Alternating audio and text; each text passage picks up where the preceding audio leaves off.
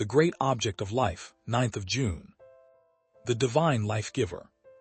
I press toward the mark for the prize of the high calling of God in Christ Jesus. Philippians 3 verse 14. When Adam came from the Creator's hand, he bore in his physical, mental, and spiritual nature a likeness to his Maker. God created man in his own image. Genesis 1 verse 27.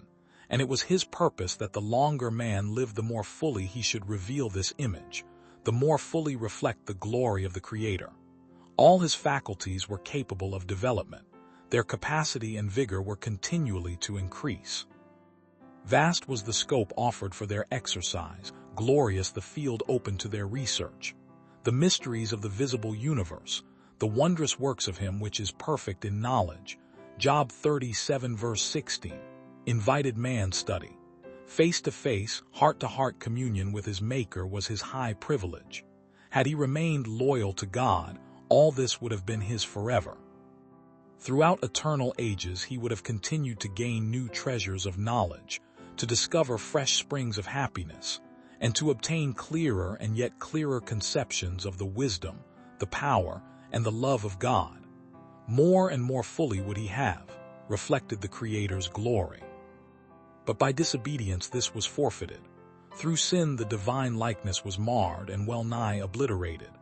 Man's physical powers were weakened, his mental capacity was lessened, his spiritual vision dimmed. He had become subject to death, yet the race was not left without hope. By infinite love and mercy the plan of salvation had been devised, and a life of probation was granted. To restore in man the image of his Maker, to bring him back to the perfection in which he was created, to promote the development of body, mind, and soul, that the divine purpose in his creation might be realized. This was to be the work of redemption. This is the object of education, the great object of life. Education 15:16. To honor Christ, to become like him, to work for him, is life's highest ambition and its greatest joy.